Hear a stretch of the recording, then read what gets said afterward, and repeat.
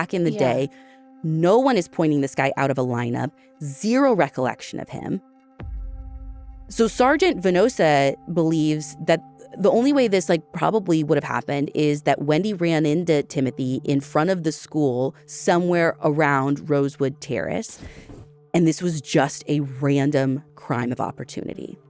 So on September 8th, 2020, Sergeant Venosa, along with two investigators who had been helping with the case, this guy named John Brennan and Gary Galetta, they head down to Florida to finally make this arrest. Gary Galetta had actually been among the very first to respond to the scene back in 1984. And now here he was, almost 36 years later, taking part in the arrest of Wendy's killer. And that's about as full circle as it gets. Truly. And Sergeant Venosa told us about the night before the arrest, when the team is kind of plotting this, planning this. They were all sitting on this hotel balcony, smoking cigars, drinking bourbon. And they were trying to plan, this is more than just going and putting handcuffs on this guy. They had the opportunity to really paint him into a corner. Mm-hmm.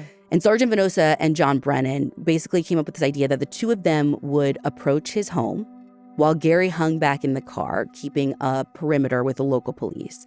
And the hope was to get Timothy caught in a lie.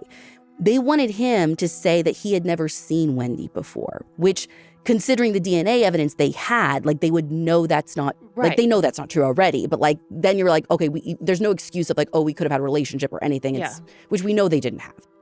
And listen, this dude fell for it hook, line, and sinker. So the next day, September 9th, they show up at his door, and not wanting to tip their hand, what they did is they're hey, we're investigating this cold case. And we're looking at the guy that you said was so sus all those years ago. Remember Michael Ross? Let's talk about Michael. Yeah, let's talk about him and get your guard down. Right.